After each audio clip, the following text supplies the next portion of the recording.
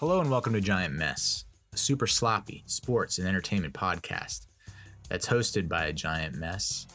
That's me, the real cinch, Neal Lynch. I'm a single dad who loves to talk New York Giants football, Mets baseball, movies, TV shows, and comedy.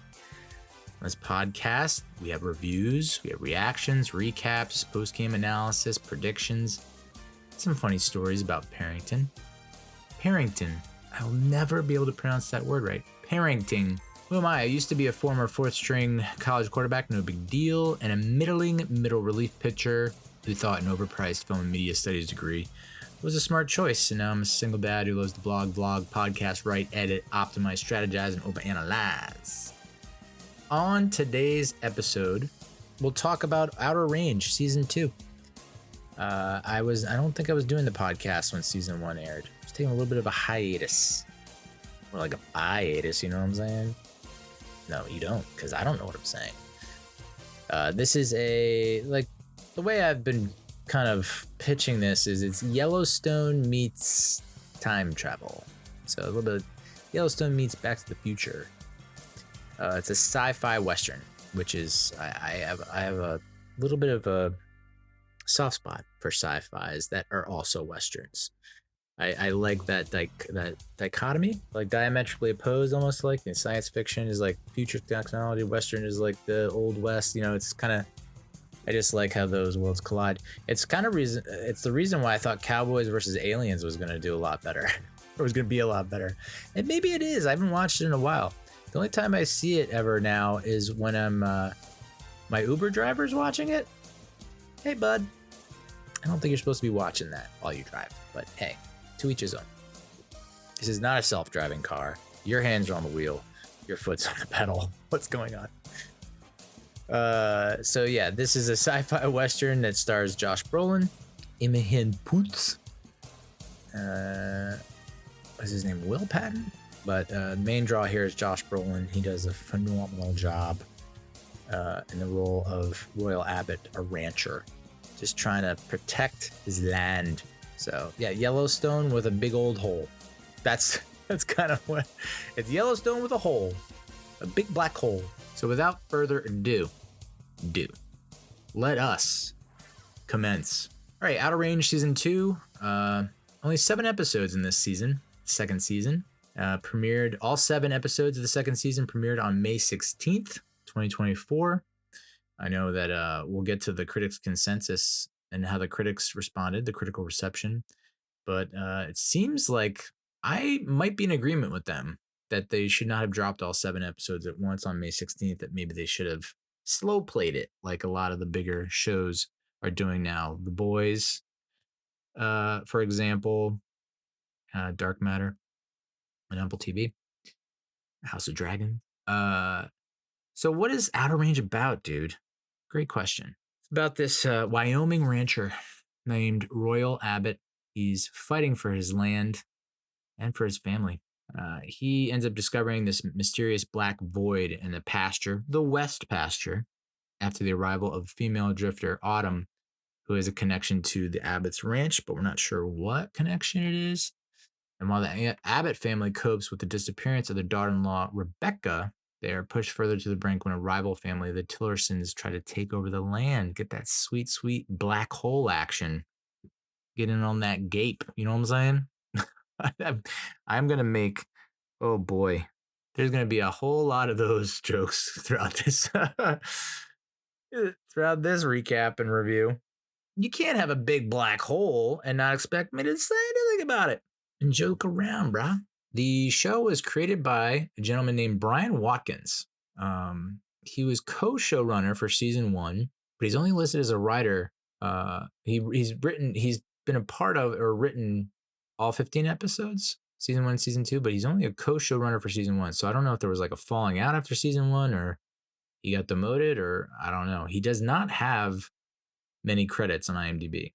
So this might be it appears to be his first go round as a showrunner, and it's like, maybe it's a hard knock life. He's learning some really tough lessons. So who's the cast and the characters that we're dealing with here in Outer Range Season 2? And if you're a longtime listener, why didn't I friggin' review season 1? Well, season 1 came out 2 years ago in 2022 when I was taking a break, a mental break, if you will, and trying to just get a grip on my friggin' life. So I did not review season 1 because that was during that blackout period we like to call. Some say I fell into a black hole during that period. Touche. So this is, but I am doing season 2 because I do like it. I am surprised it doesn't get more buzz. But I don't know. After seeing this season, you do start to start to see, well, like, okay, I don't know that this has the legs that some other shows do that go into a third, fourth, fifth season, like The Boys.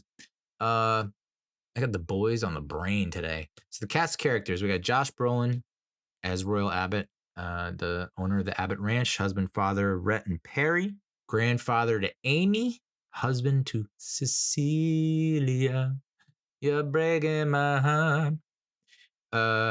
Tegan Arbogast portrays Royal Abbott as a child, and it's like, I think it's, if you are a weirdo, if you're in Gen Z and your name is like Matt or Chris, I just don't see, you're not seeing a lot of Johns. I don't even know. It's not even Gen Z. You can't even call it Gen Z. I'm talking about like under 10 years old. So 2014 to now, we got nuts with names, you know? So he was the young Royal Abbott, did a fantastic job. You know, that's a weighty scene that he has to bring it to. He's got the gun. He's with his dad, his abusive dad. And then you have Christian James portraying Josh Royal Abbott as a young adult in season 2. And I thought, for the most part, he did a pretty good job. I think they couldn't have really nailed it any better. He definitely had some of the same mannerisms. I guess, you know, if you really wanted to be a hater, you'd say like, oh, well, he's just doing an impression of Josh Brolin doing Royal Abbott. I don't know. I bought into it. He's a fucking stud. I'll say that right now. God damn, that guy, hunkalicious. But I am also confused about the ages of these people. Like, it breaks my brain because Josh Brolin is like in his 50s. I want to say, Jesus, president is 81 years old. Holy fuck. Josh Brolin's only 56.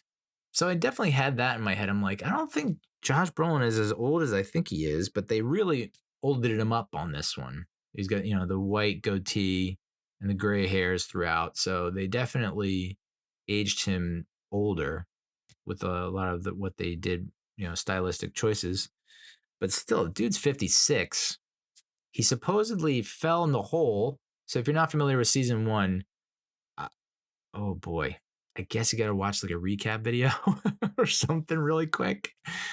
In season 1, we find out about the origins of the hole, the purpose of it, potential dangers on the Abbott Ranch.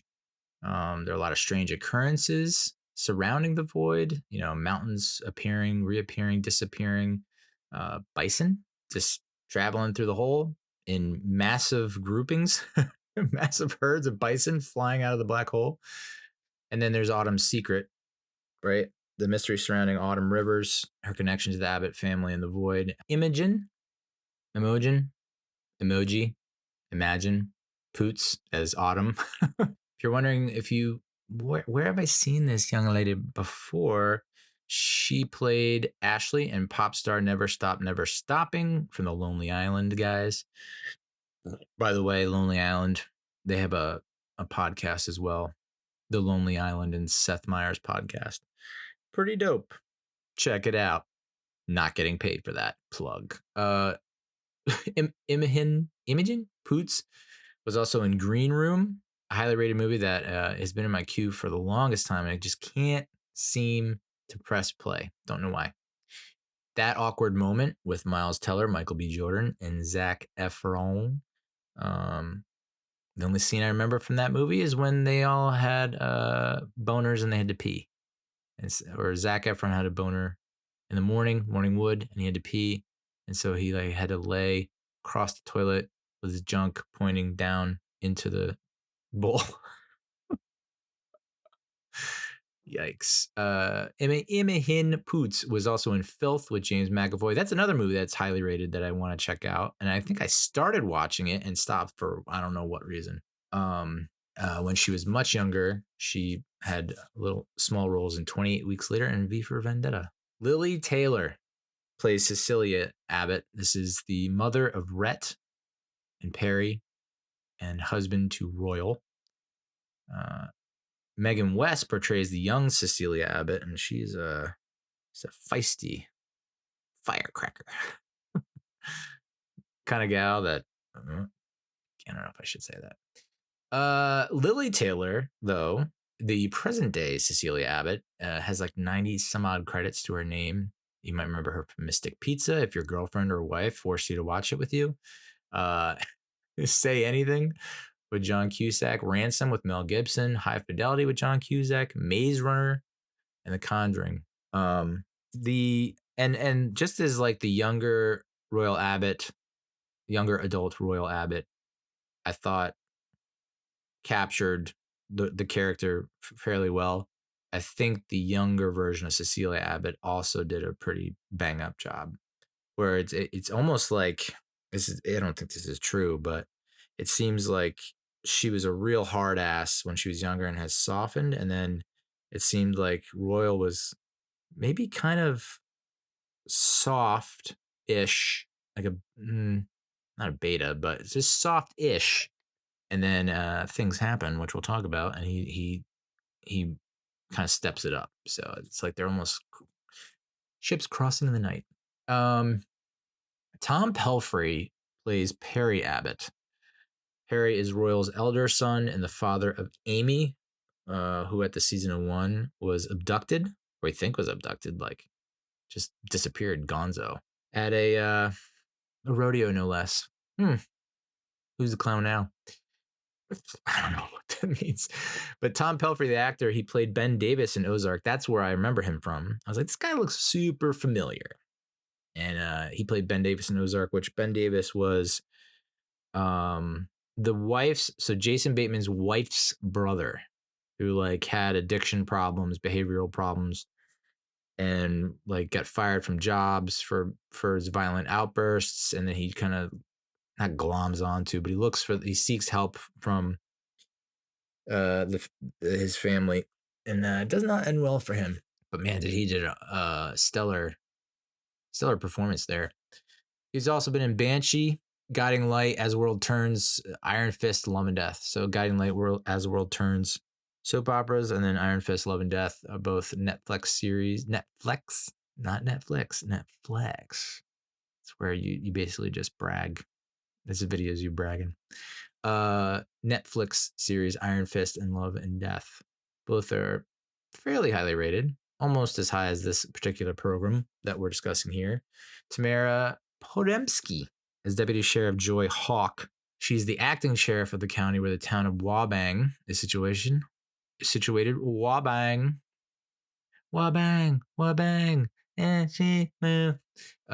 She was in Tamara was in the TV series Reservation Dogs and Ghosts, which is a sitcom that's kind of taken off.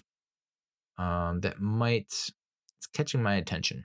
Might be like that good comfort food television where it's like you can just bang out a bunch, New Girl-esque, but not quite on that level, not near that level.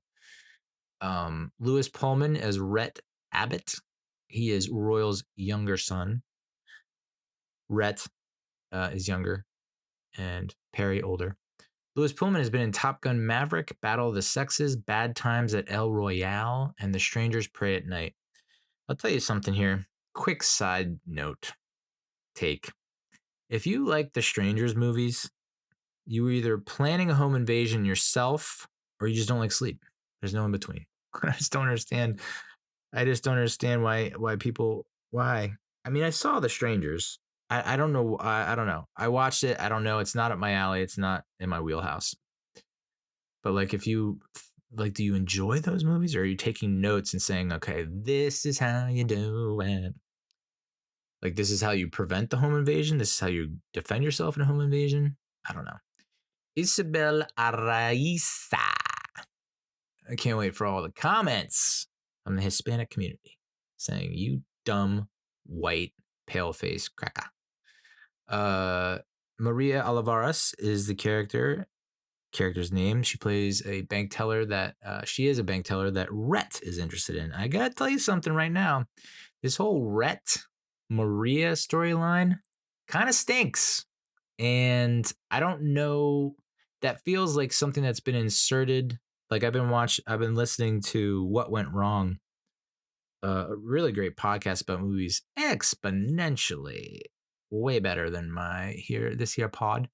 But they often talk about like, well, the story was supposed to be this, but then the studio got involved and they said you have to have a romantic angle storyline interest going on. So there's to be a guy and a girl or whatever. Two of the main characters have to be like falling for each other, and they kind of insert it into movies that don't necessarily need it.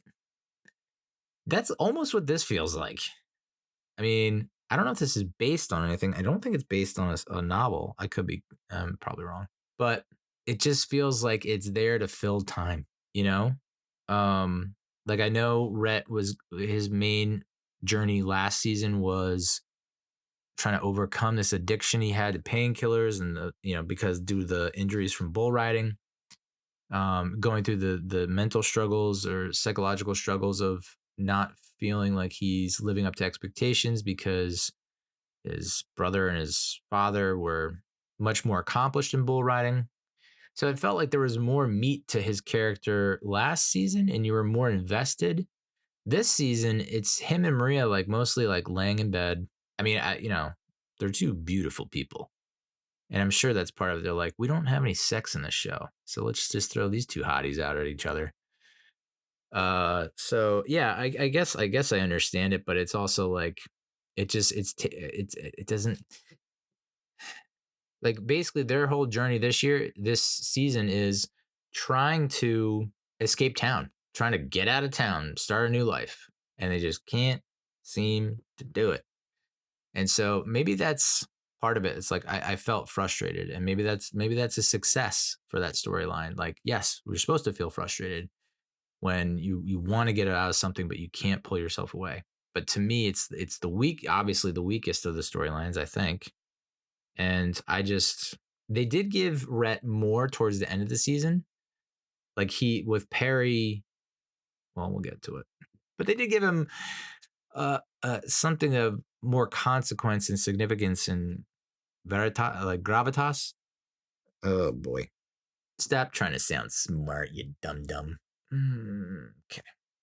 So maybe he will end up being a huge factor towards the end, where it's like he's kind of been laying low and flying under the radar, and now he's going to be the one that kind of saved the day and step up. That would be interesting. So yeah, that's and Maria. They tried to make a bigger subplot with Maria being accepted by Cecilia and the Abbott family, and it was like it just fell flat. It was just like you guys have just been kind of making out and boinking this whole season and talking about your future plans. I don't know. So yeah, it's just that's a tough what B story, C story. Noah Reed plays Billy Tillerson. He's the younger son of the younger son of the Tillerson family. The actor Noah Reed, he played Patrick on Schitt's Creek. If you've ever watched Schitt's Creek, you know that he was David Rose's lover. David Rose obviously being Dan Levy being Eugene Levy's son. He was also in La Femme Nikita.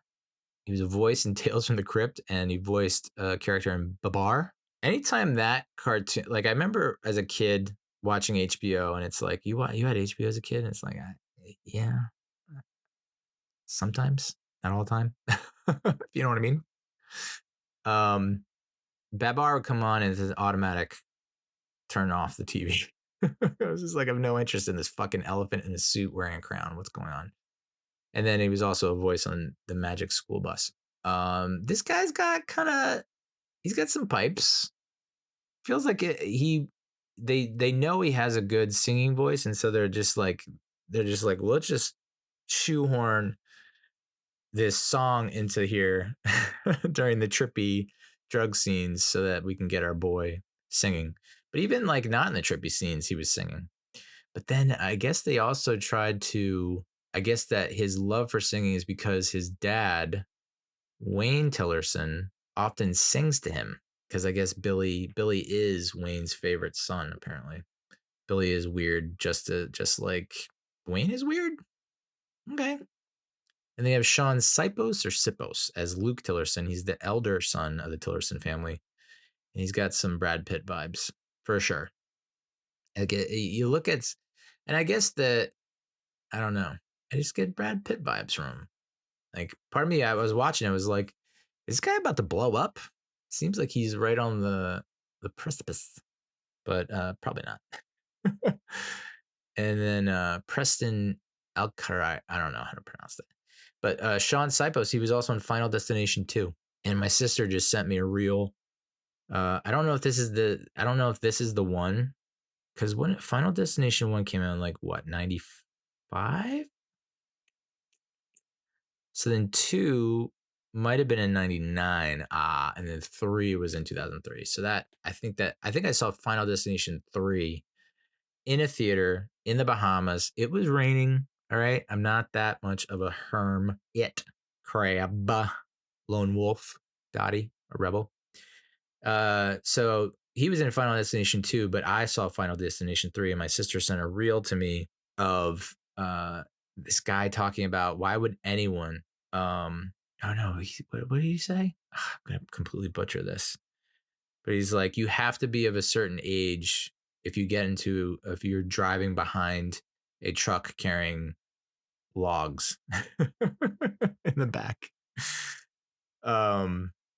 Like if you're this age or older, you do not drive behind that thing. You get off the road as soon as possible, because if you have seen Final Destination 3, that is one of the more ridiculously awful deaths where truck, they're on the highway, truck carrying massive payload of big ass tree trunks, logs, and of course something happens. Is it magic or is it just fate or destiny?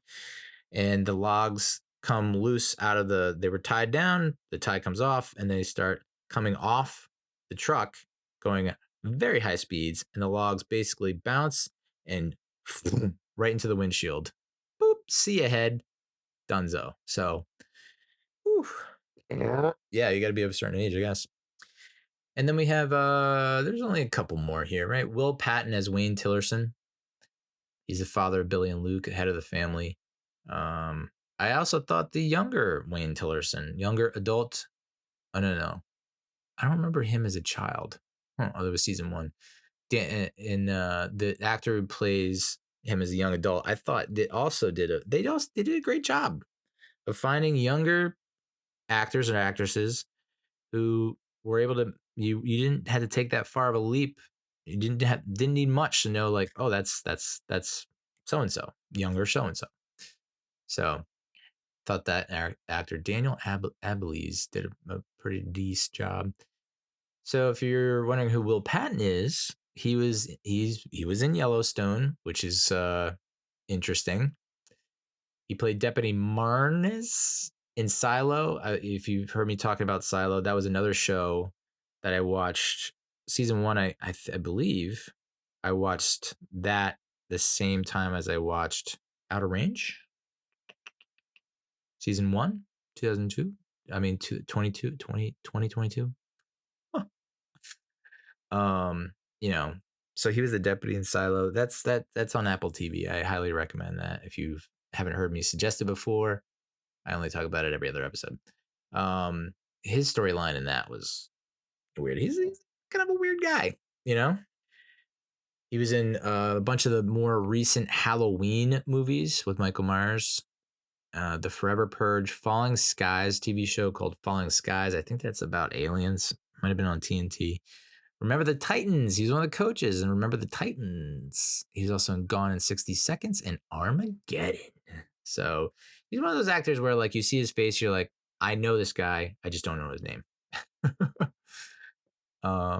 And then I thought I'd call out Johnny Sneed as Pastor Ken. I thought he had to go toe to toe with Autumn a bunch in this series, and so he for sure was able to keep up. It didn't, and just seeing like how even the holiest of men or people, the righteous they can succumb. We're all human, or are we dancers?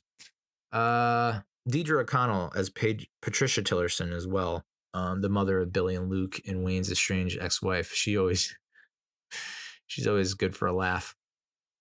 Just like so out there. Reminds me a little bit of one of my buddies from high school, his mom. Just like, what was your childhood like? And then a couple more. I really like Kimberly Guerrero as Falling Star. We'll probably get to Falling Star in her significance in one of the later episodes.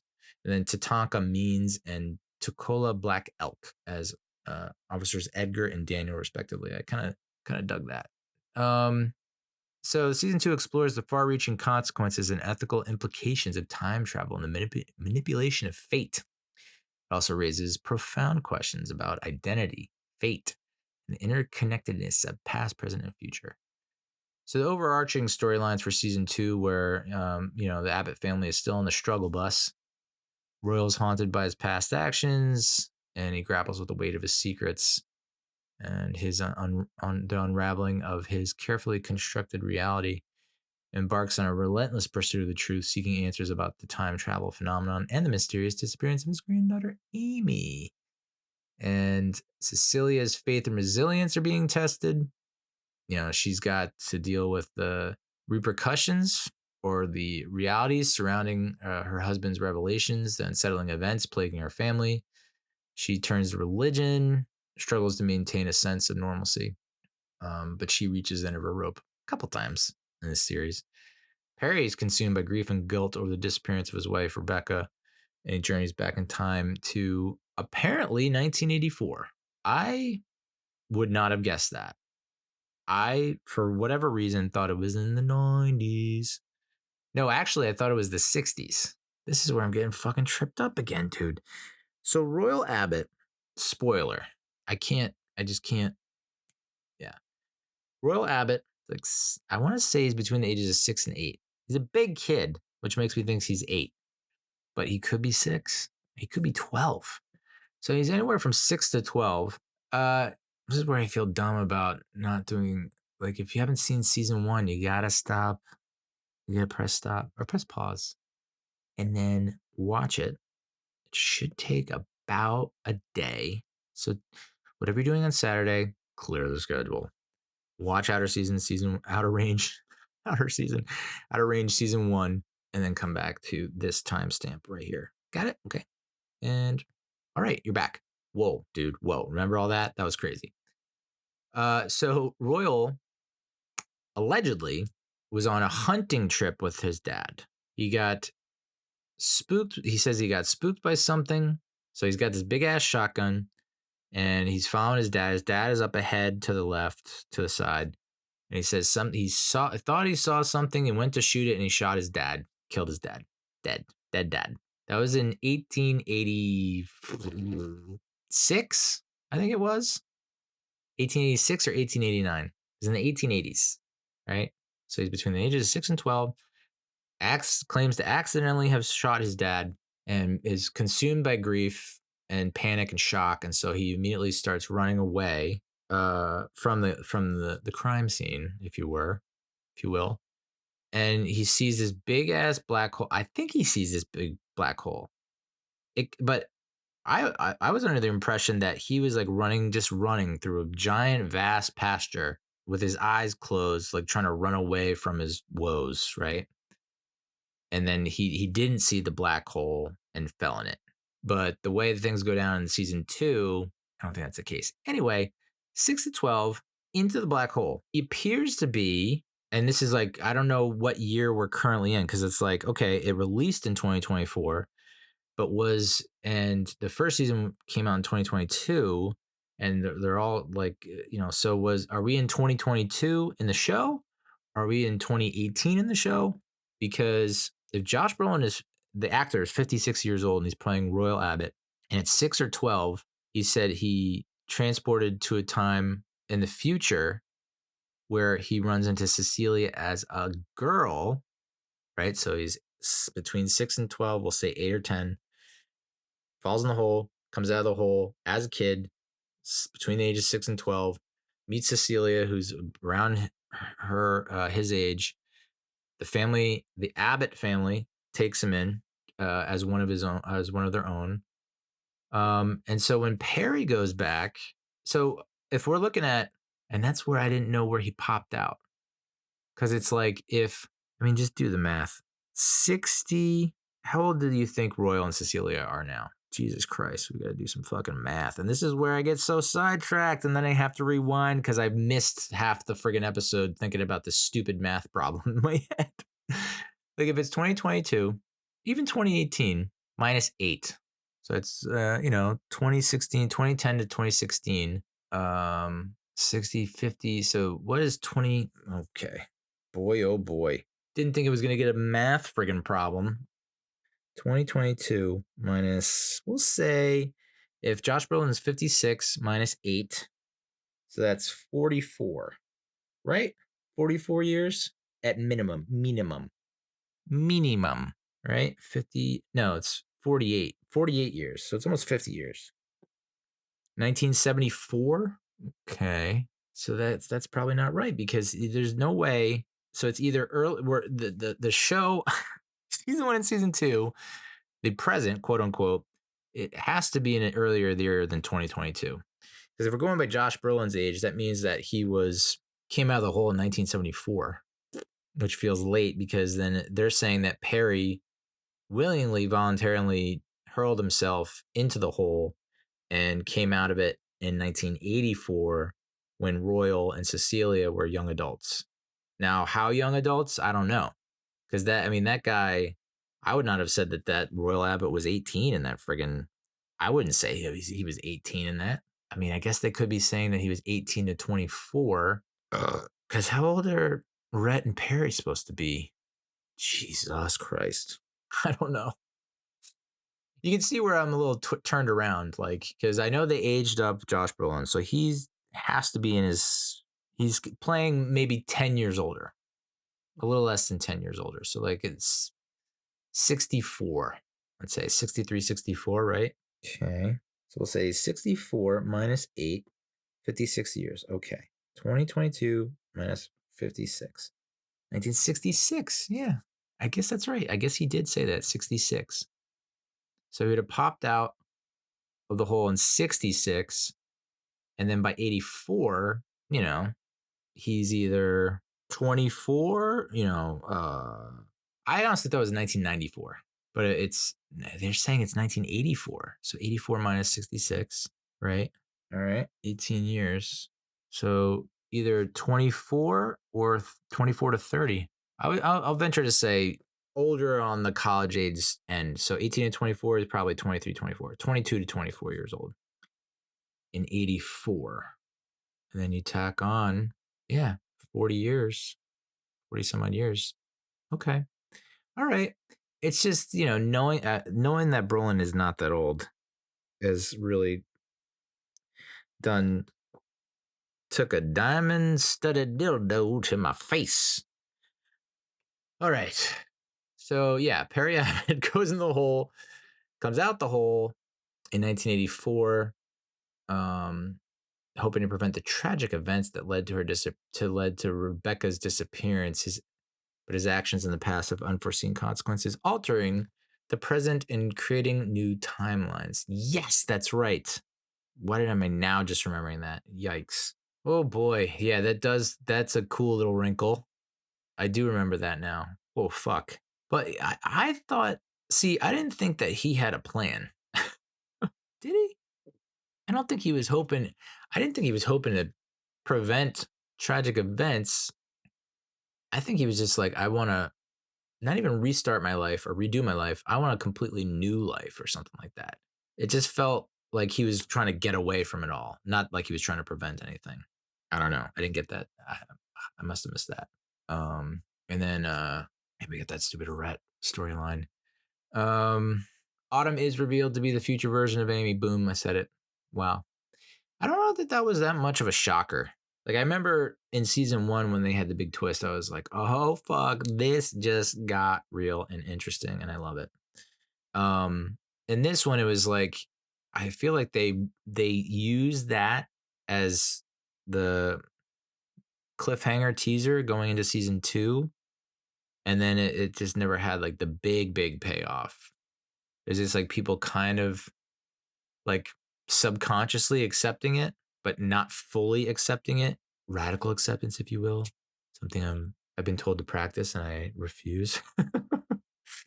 um so she is the future version of Amy. She continues to manipulate events from the shadows like a puppet master.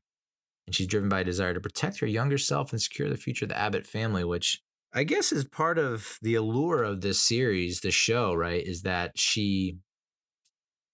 you don't know if she's good or bad, evil, or, like the way that these visions are going down. It's like, it looks like she's kind of been portrayed as the bad guy, the antagonist, for sure. But she is from the future, so she probably knows best about like what's about to go down, and is trying her best to change what's going on, with little to no luck. And this is why, you see things. Yeah, that's why the mountains are disappearing and reappearing. That's why she has a scar one night and doesn't have a scar the next night. It's why XYZ is different, and the little things are changing as the timeline changes and whatnot. So she, with the visions and with having come from the future, thinks that she's got it all down pat and she can guide it to the way she wants it, and it ends up going askew and not going exactly according to plan. Sheriff Joy Hawk, she goes. See, this is where I was also confused. She doesn't go into the hole, or if she did, they didn't show it. She was like following the trail of, I think it was was it Trevor Tillerson's body? It was like supposed to be, was found here and then ended up in the woods. And so she goes out to check the woods, I think, following the little black trail, that powder or whatever, mineral. And so she ends up, getting transported to 1882, where she must adapt to her life among the Shoshone ancestors, facing the challenges of cultural assimilation and the search for a way back to her own time. Yeah, that was, I'm a pale face, right? So, but even as like, in my position, I can still see how fucking frustrating that must have been to be from the future and being like, you can't let this happen, and it's like still kind of happening. They had a talk or discussion about it where they tried to explain it, but it was like, I don't remember what the details of that were. Also, Wayne is like, was the not the vision of health last season, and this season he's up and walking around and bouncing around and singing and all kinds of shit. So the mineral done his body and mind right. So let's go episode by episode. Episode 1, really quickly. Episode 1 was called One Night in Wabang, directed by Gwyneth Horter Payton. She directed episodes of The Walking Dead, Sons of Anarchy, Justified, The Americans, Pam and Tommy, American Crime Story, and American Horror Story. Do you pick up a theme? She had a little bit of a run with FX there. And all those shows, I have not watched Justified. I kind of bailed on Sons of Anarchy, but all of them are highly rated. All of them really good. So this episode was written by Cameron Litvak, who has written episodes of Quantico, Grimm, V, Ugly Betty, Charmed, and Smallville, and Glenise Mullins, who wrote some episodes of Star Trek Discovery. In the aftermath of Bison Stampede, the Abbott family is more fractured than ever. Royal and Cecilia confront some difficult truths as they fight to keep their family together. Yeah, that Bison Stampede, I know I've already talked about it, but not like that. To me, is some of the worst. Them coming out of the hole is some of the, and I shouldn't say it, but it's not great visual effects or special effects. The CGI on that is not great. It just looks it looks not comical but cartoonish almost. So that was, I mean, as far as everything else goes, pretty spot on. The way that they are able to make the hole look 1,000% real, the void. So yeah, it's just that was the one nitpicky Neal. How you doing, dude? Get the fuck out. Um, I see that. I don't think Perry went in the void to save Rebecca, but I guess I don't know. Maybe that's a spoiler, and like he is. What did he do? I don't know. I did not get that sense that he was there to save Rebecca. Like, what was he doing in that timeline to prevent what happened to? I don't. I completely blanked on that. But like when Royal hands over his birth certificate from 1880 whatever to her, it's like little to no reaction. I feel like there's a lot of shit that's going on, and um the biggest reactions or emotes are when she's just yelling, "Where's Amy?" We're trying to find Amy. Other than that, it's like, hey, your husband's like basically should be 111 years old, like 120 years old. You're cool with that? Okay, cool. But I guess it's also a testament to like her loyalty to Royal and to being a wife. You don't see a lot of that these days. Sticking through thin and thin, thin and thin, thin and thin, thick and thin, dude. You don't see a lot of that. It's like first sign of trouble. Well, I better get back together with my former college boyfriend. I better cut the ties on this relationship now, here and now, without giving any kind of indication that was going to happen, so I can go bone Mario. Man, I have got a lot of issues. Oh boy.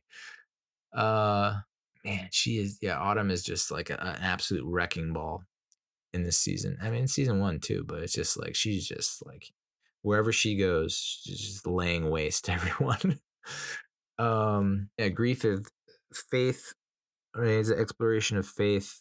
God, why are you doing this? Why are you testing me? What are you trying to tell me?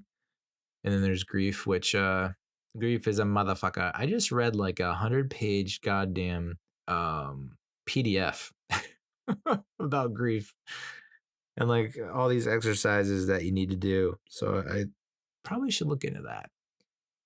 Long story short, there's no getting over grief. There's accepting grief and knowing that it'll be a part of your life for the rest of your life. Unless you get amnesia, something like that.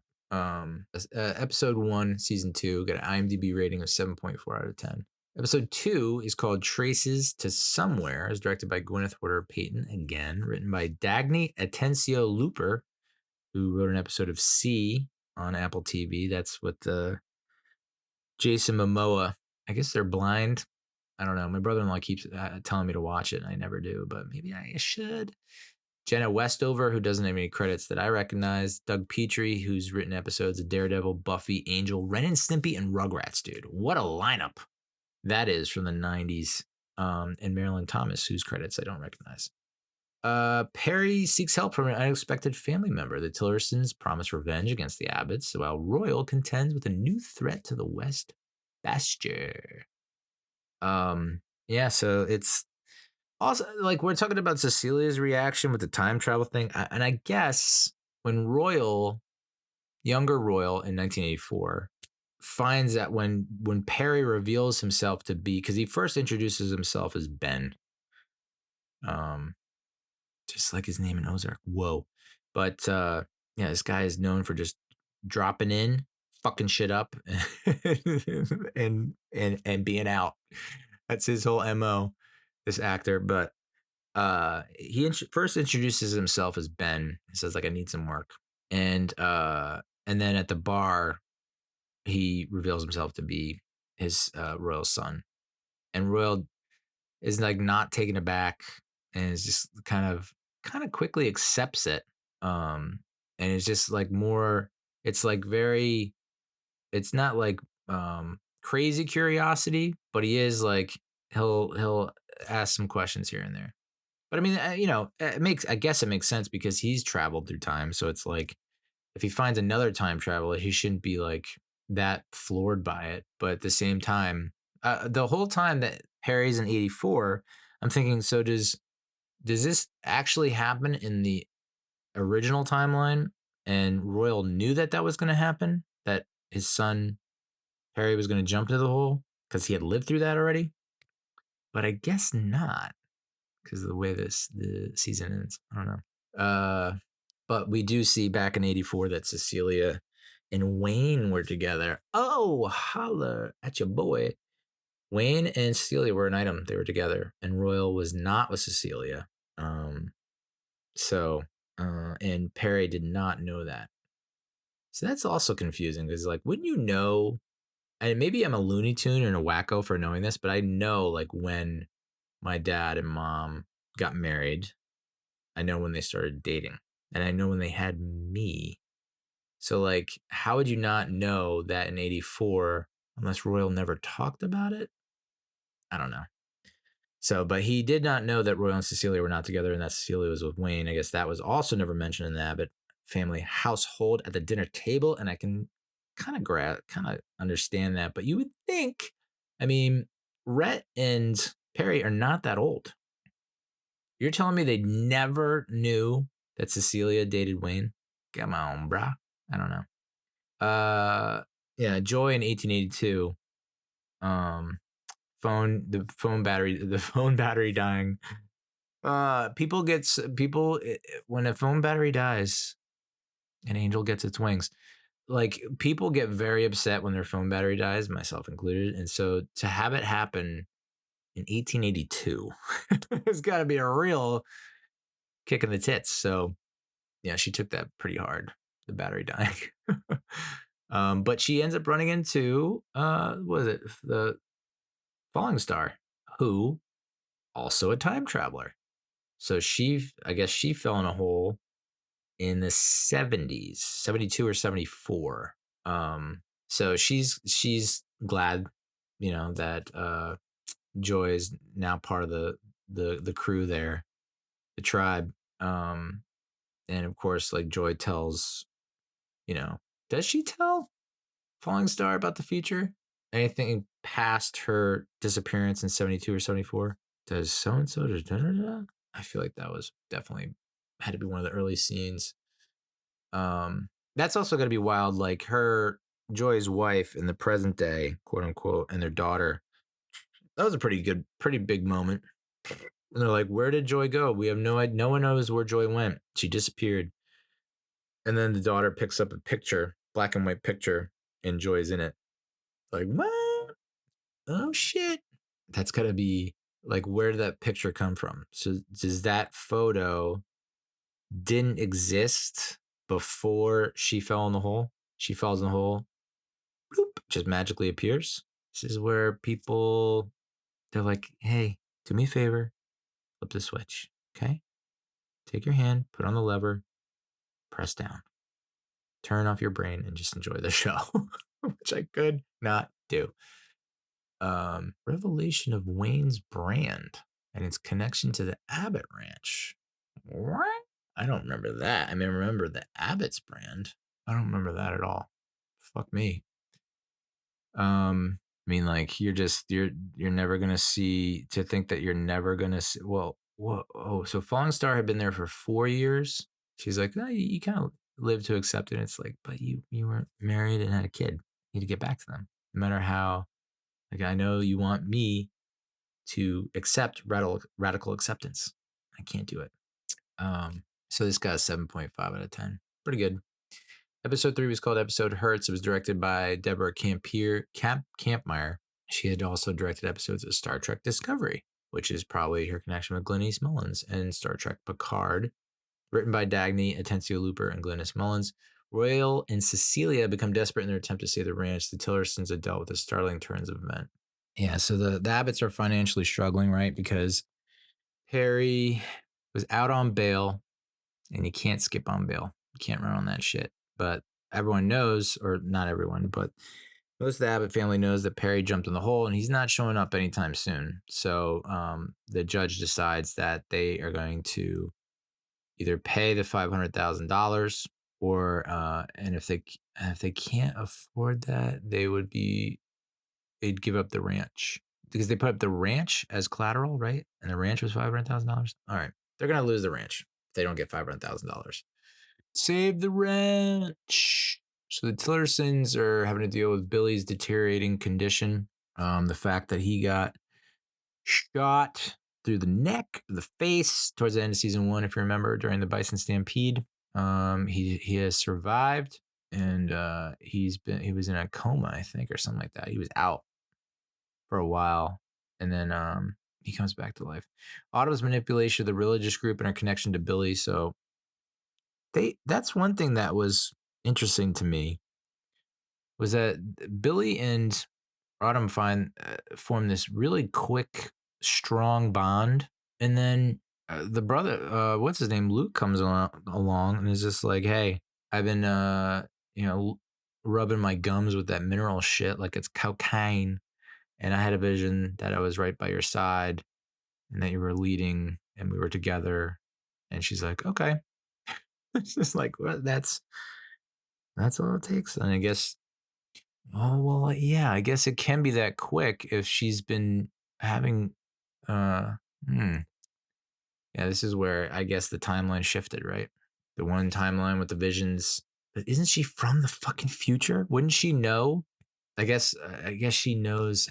She's a little more comfortable with time travel and more familiar with it, more experienced, because she must be like, okay, I'm gonna go back in time and try and change some stuff. So stuff that I think is going to happen won't happen because I've changed stuff. Okay, radical acceptance. I get it.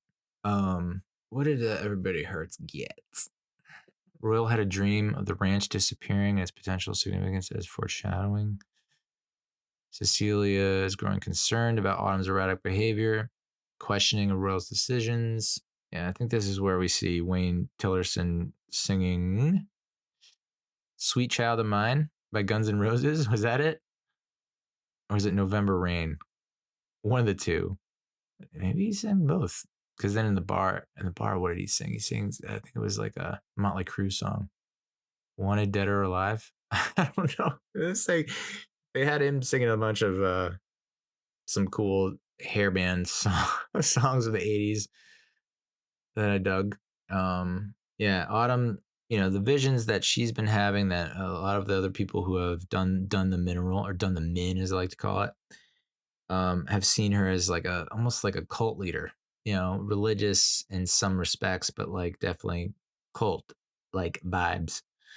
And so this appears to be the beginning of that, where it's like we're better to recruit cult members than we're falling out of favor with a certain religion, or like, hey, this religion is cool and all, but like, wouldn't you like to see it taken in this direction, that type of thing. So I think that's what she's leading me to believe, or the viewer to believe. And that's just kind of like, okay, this is happening now. Her challenging the pastor on a lot of stuff, her demanding the money from the pastor, like you calling the parishioners assholes for whispering and gossiping and whatnot in the church. Yeah, so she's a tour de force. What do you want me to do about it? But I mean, interesting that she's going all in on the Tillersons. Like first she's hooking up with, or wants to hook up with Billy, or hooked up with Billy, then she's moving on to Luke. But yet she's trying to protect the Abbott family ranch. But then why would you get so entwined with the Tillersons unless the Tillersons are actually the answer to all the Abbott's problems? Wouldn't that be ironic? Don't you think you like rain? Yeah, interesting that like Falling Star ends up getting really sick. I think she has cancer or something, coughing up blood. So her days are numbered. But her position within the Shoshone tribe was as a liaison, because her English was so good, and that's because she's from the future, where primarily speaking English, or speaking more English. And so she is the intermediary or liaison between the Shoshone tribe and the white men, who are oh so quickly enveloping tribal territory and taking it over, and confiscating and whatnot, just creeping on their land and sneaking it up and taking it out. So, and I wish I remember what the reasoning was that Falling Star gives. Like, you can't stop doing this because it will lead to more death and murder. Like, if there were no liaison here, like me, she's like, I'm basically keeping the peace here and making sure that there's not mass genocide, massacres, and whatnot.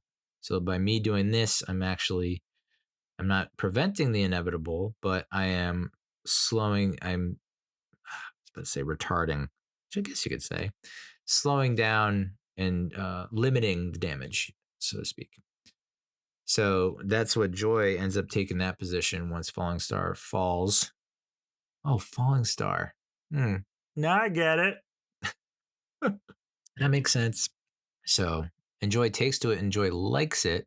And she ends up finding out or running into like the great great grandfather or the great grandfather of the guy um, who sold her and her wife, the house, and finds out that this great grandfather who started this realty business that has taken off in the area locally um, was a real asshole into raping and whatnot. So yeah, that was a cool badass scene. I'll be honest though, Joy as police officer, like badass police officer, I struggle with it a lot throughout most of this season, much like I do. Like, they could have done more to minimize my doubts about her as a police officer. I mean, this is coming from a complete outsider, unknown person. I mean, my cousin's a cop. I probably should just ask him, but I've watched plenty of the Police Academy movies. It's like you go to the police academy, you're young, dumb, full of cum, you graduate, but you're in tip top shape, right? Physically. And then you don't have to go through all that training anymore. And so then you let your body go, and then you're not as physically gifted or athletic once you get into your 40s or 50s, which it's not just them, it's a lot of us. So I guess I could see that where like she's a little bit on the older side. And so she's been very far removed from training boot camp. So why would she be physically at the top of her game? But still, you watch her run, you're like, that doesn't seem right. Then again, I haven't seen myself run in a long time, and I was not a. I mean, I was never a pretty looking runner. Even when I was at my fastest, it was just like, ooh, let's not put that on camera. Let's not put that on tape. But watching her run and like do a lot of I don't know if you'd call it stunts, but the physicality, I was just like, I don't know if I buy this. But that I do admit though, that scene where she does come up on the cabin where like the white dudes are about to rape the Shoshone girl for being on their territory, just trying to hunt some deer, some bow and arrow. They take her and Joy sets out to get her back. That was a pretty cool, badass scene.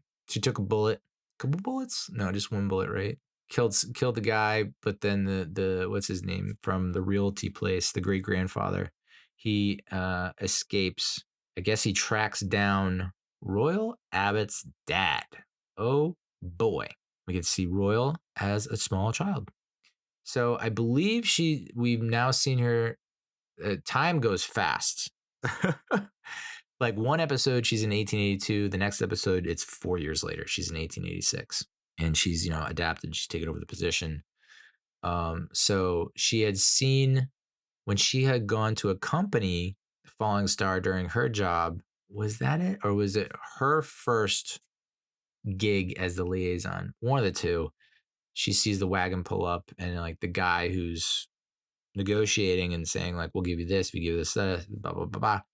He's like friends with Royal's dad, and Royal's in the cart, the wagon with his mom, and it's 1886, so that's the year, pretty sure, that he goes into the hole. So now we get to figure out, all right, it was just a hunting accident, right? Yeah.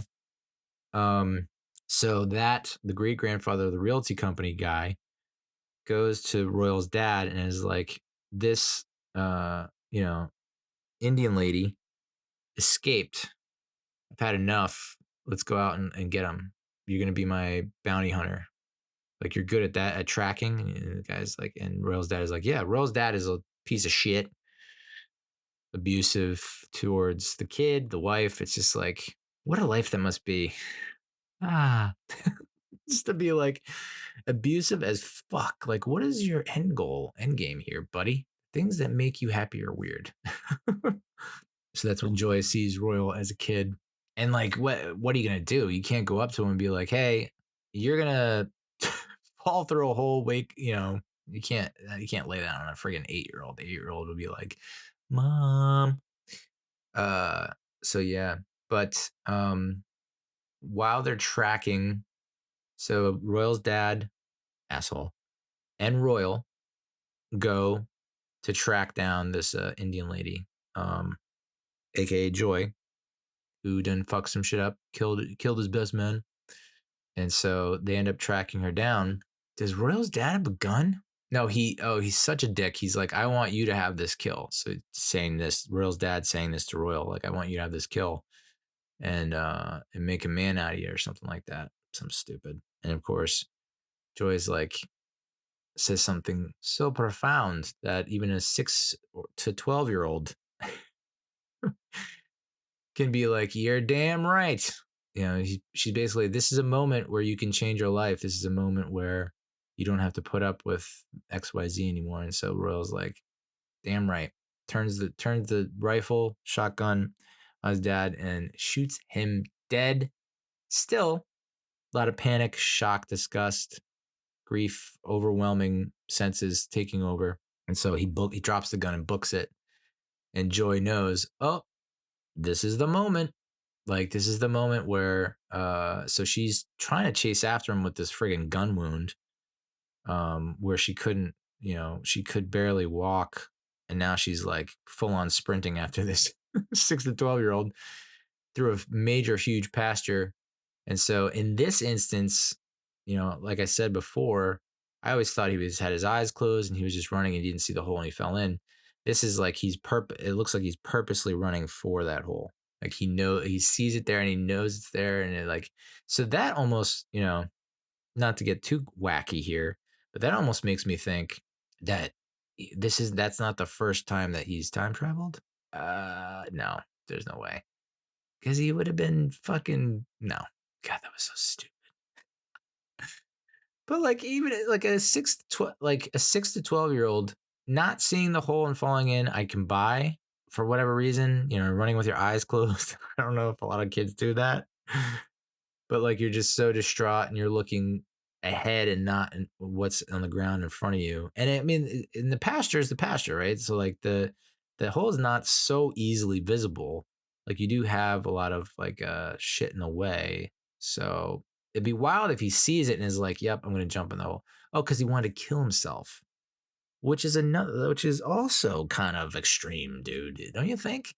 Like he's between the ages of 6 and 12, and he's been abused pretty much his entire life by his dad. He sees his dad abusing his mother, and so you would think like, okay, the dad's out of the picture now. Like, yes, it's sad, but that I don't know. Part of him would be relieved or happy that he wouldn't have to deal with that shit anymore. But it is his dad. The weird love-hate thing. So yeah, I guess he did purposely. Oh, he did purposely jump in there to kill himself. Still, that is. I didn't know. I would never in a million years think. I don't know why that a 6 to 12-year-old would have suicidal thoughts or have thoughts about suicide. Even think about that. Even know what suicide is. But apparently this kid did, and he attempted it. So Joy's trying to chase him down. I'm not necessarily sure what Joy was hoping to achieve there. Because like you catch him, and then what? Oh, I don't think she was trying to catch him. I think she was just trying to make sure that the hole didn't close in too soon behind him because she wanted to get to the hole too. That's probably it. Oh, brother. Episode 4 is called IMDb rating on that was 7.5 out of 10 for Everybody Hurts. Episode 4 is called Ode to Joy, directed by Black Horse Lowe, who also has directed episodes of Reservation Dogs. Written by Aida Mashaka Kroll, who's written episodes of Luke Cage and Jessica Jones, the two Marvel series on Netflix. Jessica Jones was pretty good. Luke Cage was, I don't think I watched it. And Randy Redroad. Lost in time, unable to return home, Sheriff Joy must adapt to a new life among her Shoshone ancestors. Yes, so we kind of already talked about this, right? Um, So I kind of combined episodes 3 and 4 in my thoughts, but what an apropos title for that episode. Ode to Joy. Themes of resilience, hope, and finding joy in unexpected places. Yeah, I mean, but she's been there 4 years now in the 1880s, 82 to 86. You're down, you're out in 82. You're thinking, oh my God, what the fuck? Never gonna see my wife and kid again. But you never give up hope. Like, oh, I'm not just like I'm accepting that I'm here, but doesn't mean I have to stay here. And I'm gonna do everything in my power to get back. So, and then finding joy in unexpected places. So yeah, I mean, like acclimating to that lifestyle, and I'm not there, I'm not there yet. I don't know if I'll be there. Episode 5. By the way, I had a weird thought for a movie, idea for a movie where it's like uh it kind of just doesn't adhere to a lot of the other time travel, like I guess the unwritten rules of time travel that have been laid down by other movies and TV shows. It was just gonna kind of go break like all the rules where it's like, wait, what? um I don't know if I could write it though. It'd be like, hey, I'm going back to when I was in high school or before high school and be like, hey man, just play cool. And then like but then I wouldn't be able, the guy who time travels back wouldn't be able to. Maybe that's the premise of Beau is Afraid, that A24 movie. Is that the premise? Where like they're all living together? That was also happened in the series Dark on Netflix. Spoiler alert. What? Following the sudden death of his mother, a mild-mannered but anxiety-ridden man confronts his darkest fears as he embarks on an epic Kafka-esque odyssey back home. Gotta love these descriptions that are like trying their best not to give anything away. Huh. I don't know why I thought that was time travel. Tell you, yeah. Well, because it's like Joaquin Phoenix, younger Joaquin Phoenix, older Joaquin Phoenix, much older Joaquin Phoenix, and then much younger Joaquin Phoenix on the friggin' poster, dude. It's from Ari Aster, who did Midsummer.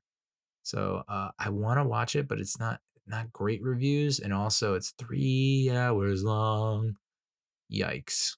So yeah, my idea for a movie was like I time travel back to high school to get something to happen, so I'm not in this position that I'm in right now.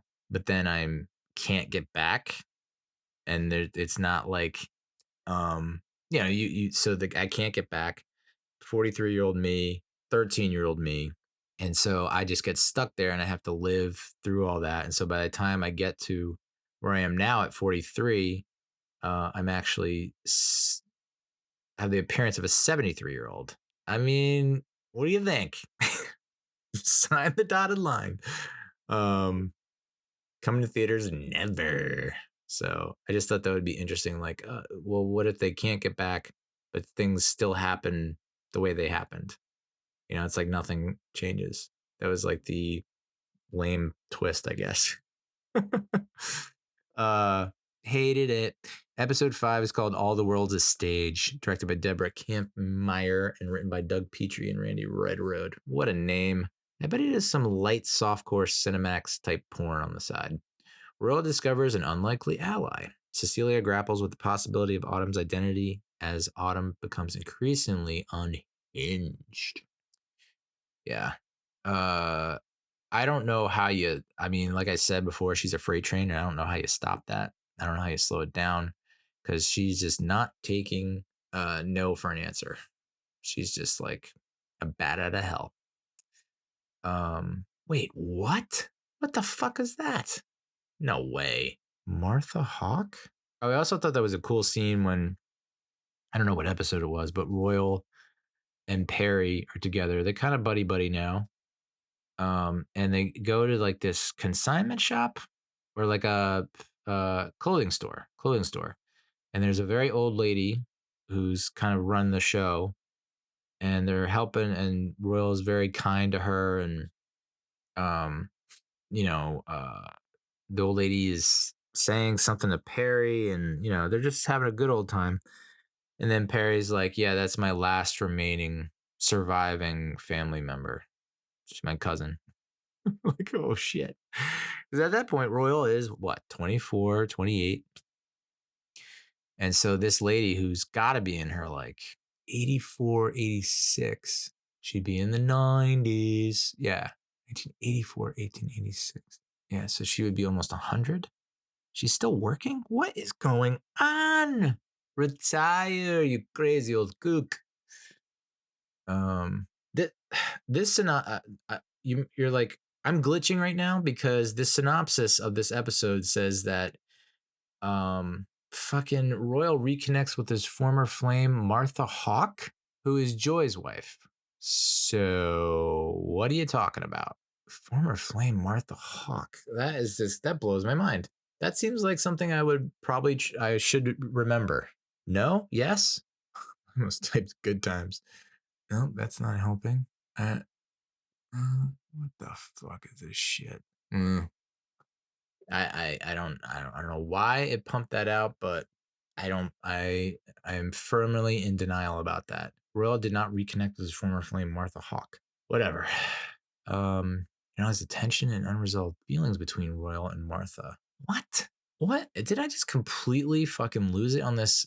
I also don't know why. I mean, I guess I know why. Cecilia is just like not totally 100% in on. It's like they're kind of half in on Autumn being Amy, and like, but they haven't fully, like, why are they still calling her Autumn? Like, if they think that's the case, like, what more do you need? What more evidence? And so that's what was bugging me a little bit. I don't think I like this one. Was this the one? Yeah, I think this is the episode that I just didn't like. I thought it was just trying to do too much. And it felt like they're trying to get too clever with it. Trying to do too much with like the camera angles and the camera work and the direction and the shots that they chose. It's just like, this is not what the show needs. It's already trippy enough. And what you're doing is not leading to a better show. So the IMDb rating does not reflect that. It's 7.6 out of 10, which is, I think, one of the higher rated episodes. So fuck me, right? No, you won't. No one will. So I guess that's why I was just like, in my head, I must have subconsciously turned the TV off because I didn't like what they were doing with the camera work and like the aesthetic, the tone, the whole shebang. But the title, "All the World's a Stage," is a exploration of identity, deception, and the performative nature of reality.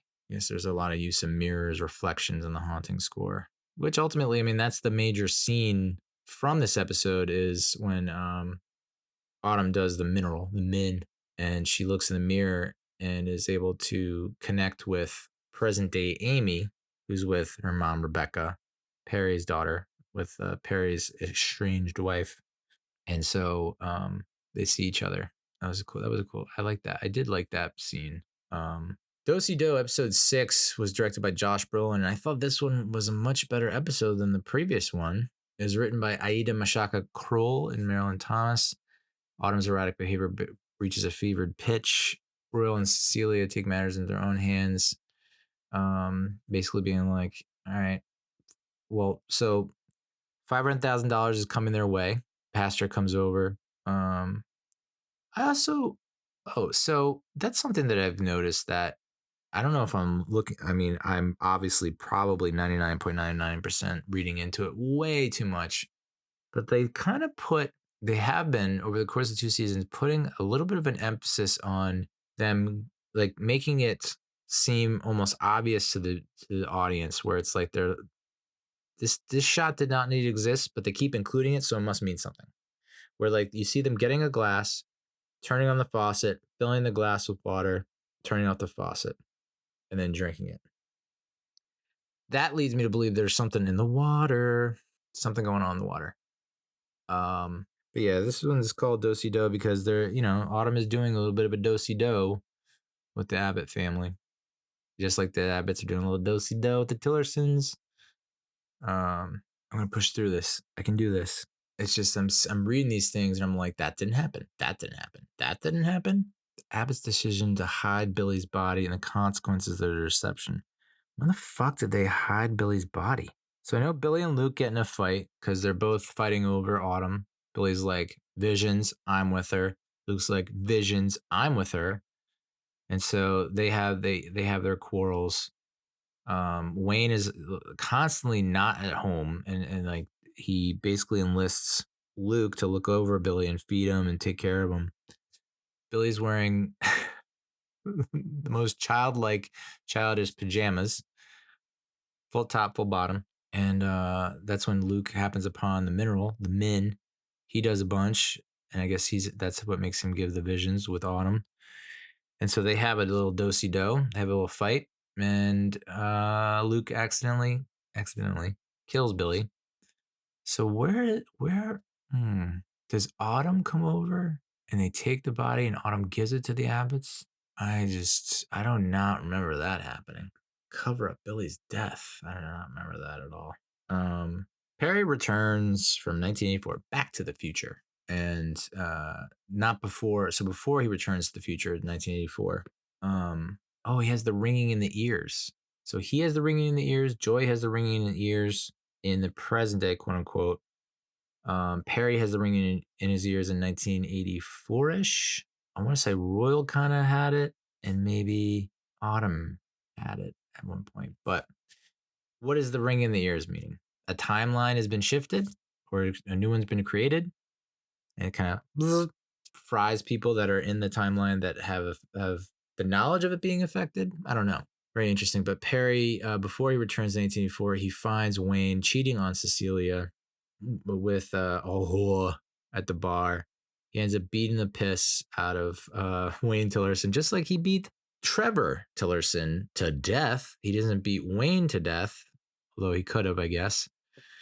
And so Wayne catches up to Perry with his goon squad, and they put a hurting on Perry big time, big old beat down.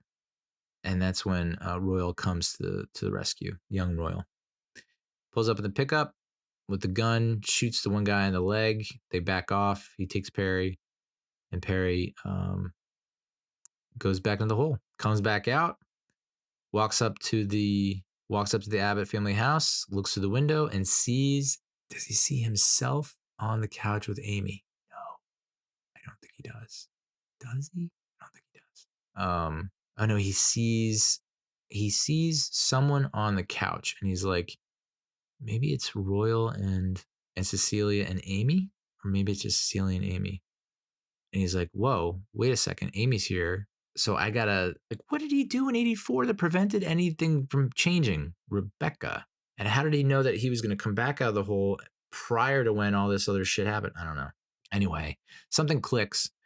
He's like, he takes the truck, goes to where he kills Trevor Tillerson in season 1, pulls up and gets out, sees himself and tells himself, don't do it. And Trevor ends up getting away. But I guess, what do we call it? Perry B Perry, variant Perry. He he's so like startled that I guess he trips over and knocks his head, hits his head on the porch area type thing, the landing, the step, instantly killed.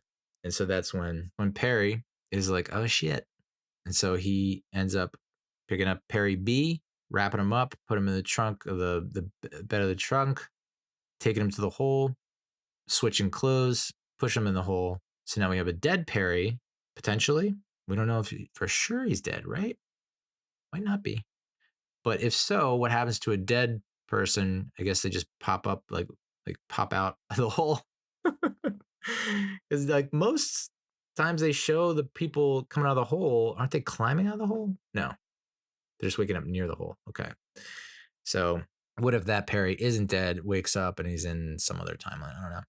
But that is the indication that the timeline has been altered, and that Perry has done something in '84 to alter the timeline, and so that's why there's a new timeline. And why did he go back to that point and not to the point where he disappeared? Because when Joy comes back, how much time did they say had passed? Was it 2 weeks or 2 years?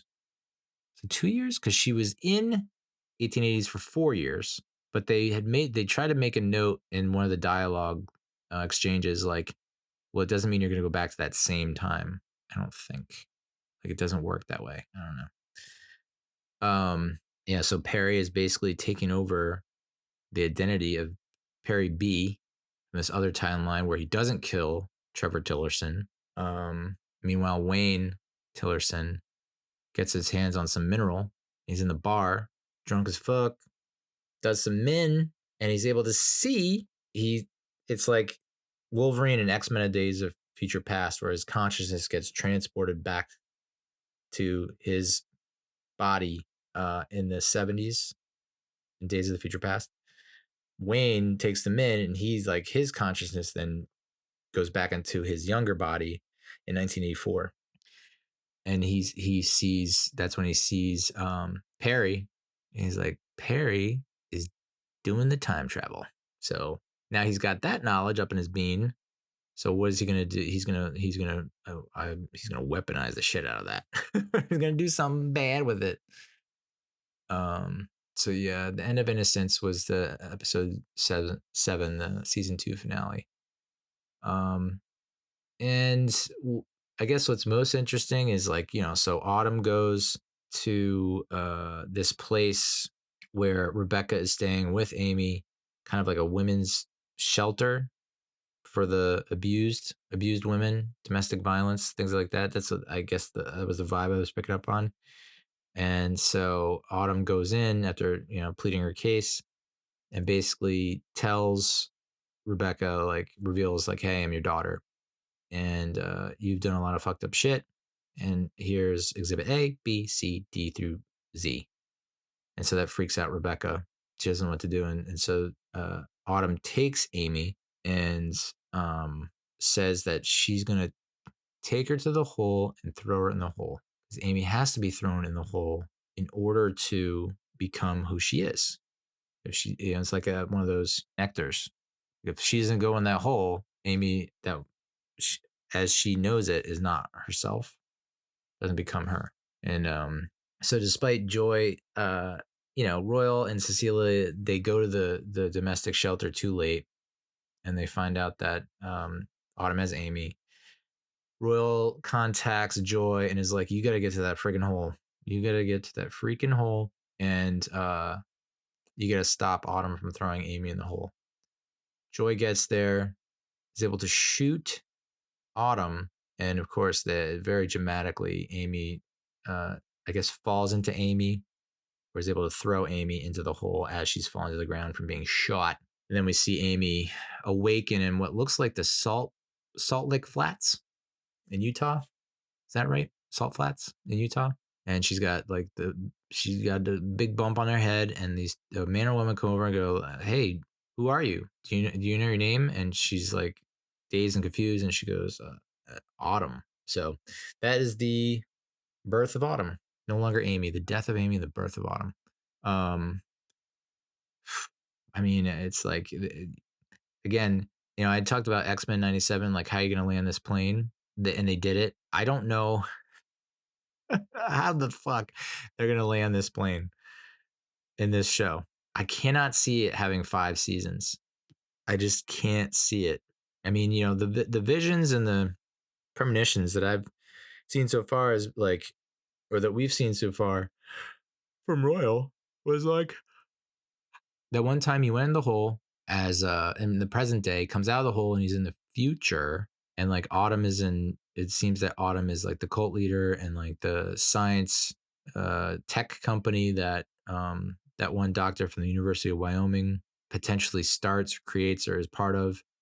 They're like on the land. They know the whole town is there. They know about the hole. We also see that Royal dies in Cecilia's arms at some point. So we're getting to that point. Are we going to hit it in season 3? I don't know. I kind of hope if they don't, it's like, okay, for sure happening in season 4.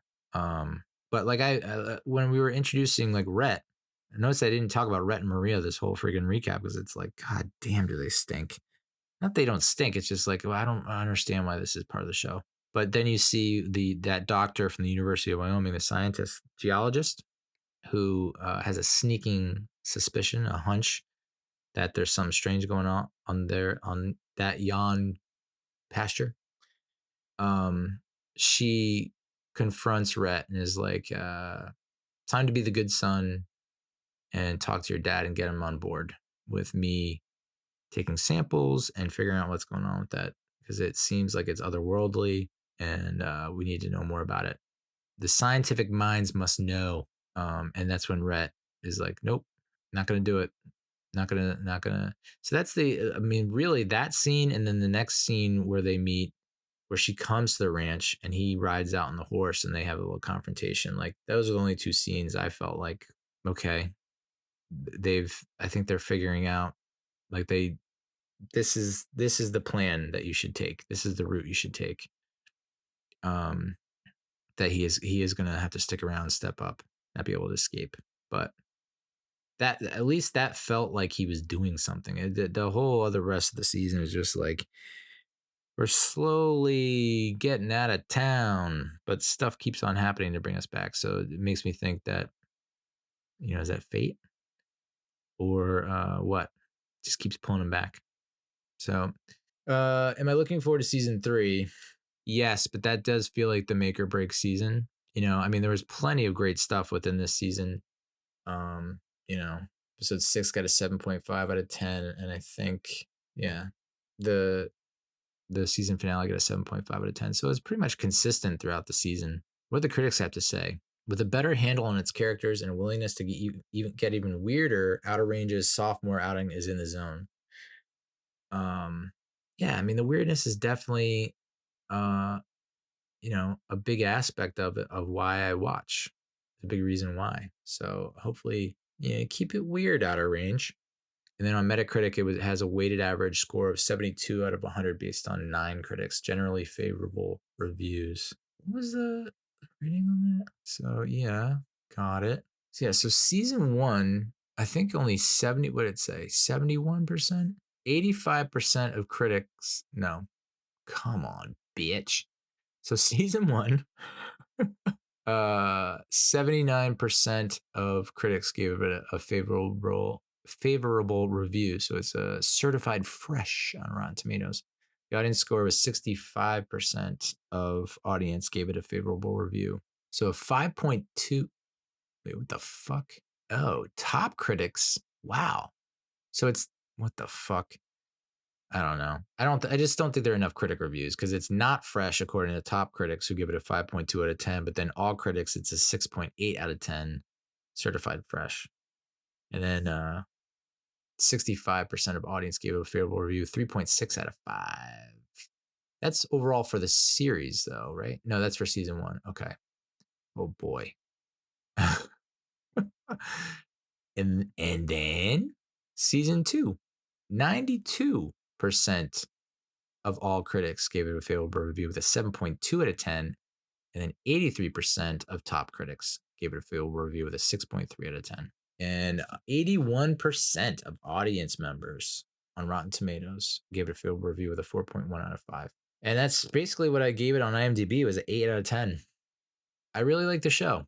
I know I just said I am a little bit, part of me is getting impatient, and it's also like, I don't know how they're going to land the plane. and I've been burned in the past, with Lost. Plenty of shows where it's like it just promised too much, set up too much to pay off. So, but yeah, I would agree with the audience and all critics. Top critics are still a little too harsh on it for whatever reason. But John Anderson of the Wall Street Journal said audacity is what makes the show not just watchable, but maybe even important. It isn't the singer or the song, but the singer singing the song while plummeting through space and time. So true. Bob Strauss of The Wrap considered it an improvement over the intriguing but less textured first season. Ryan Britt of Inverse called it one of the best sci-fi shows on TV. And this is what I was talking about in the intro. Disappointed that all 7 episodes were released at once, opining that this is a show you want to step away from after a few episodes and then come back to and savor it. If you do it all in a binge, your head might be spinning. Case in point, my head is spinning. I don't remember half the shit that went on. However, some critics were unimpressed. Tom Phillip, the AV Club, graded a C+, saying the season is unlikely to thrill all but the most devoted fans of its first outing. And while there's still a decent framework and a game set of actors, there's no escaping the reality that things will need to click fast if it has any hope of reaching its planned ending. So I agree with him on that part. On the last part, I did get as good as I thought the season was, as great as I thought the season was. You're also, you got to wrangle a lot of timelines and you got to start explaining shit. So it's not just Royal that needs to come out and tell the truth. These writers need to start, and producers and directors need to start putting that forward. Royal Abbott and Martha Hawk. Do not remember that. Must have glossed over it. Yes, that's the episode. Man, did that fucking suck. That was a bad episode. And a really bad episode. And I felt like I did research and it's on me. I used Gemini, that friggin' chat GPT AI for Google, and backfired. Because I was lost and thoroughly confused throughout this entire recap and review. So maybe I'll just put it out there so people will be like, wow, this is rock bottom. So yeah, I don't know. Dark Matter finishes up season 1 of Dark Matter with Joel Edgerton and Jennifer Connelly on Apple TV. And that finishes up this week. So I don't know if I'm going to be doing a recap review of that. If I do, it'll be 1,000 times better than this fucking atrocity. Holy shit. And then I mean, people have been, no one has. A little life update. It's been 3 months since I really told you anything, and there's a reason for that maybe we'll get into, because I certainly don't know what the fuck I'm talking about with this TV show, which is wild. My apologies. So, whole lot of life coming your way, and also the Giants are on Hard Knocks, so it's like, do I do a reaction to each episode of that? I have to. July 2nd it premieres, and I haven't done any shit on the Mets. It was like, why do any stuff on the Mets if they're just going to lose every game? And now they're winning every game. It's like, what the fuck? We went from this is one of the worst teams in franchise history to we're a game out of the wild card spot. What the fuck? Yeah. So yeah, that's that. I don't know. I think if 5 people come up to me in the next month and they're like, you need to quit that podcast, I'd do it. I think I would only need 5 people to do that. So are you one of the 5? Let me know. Adios, muchachos.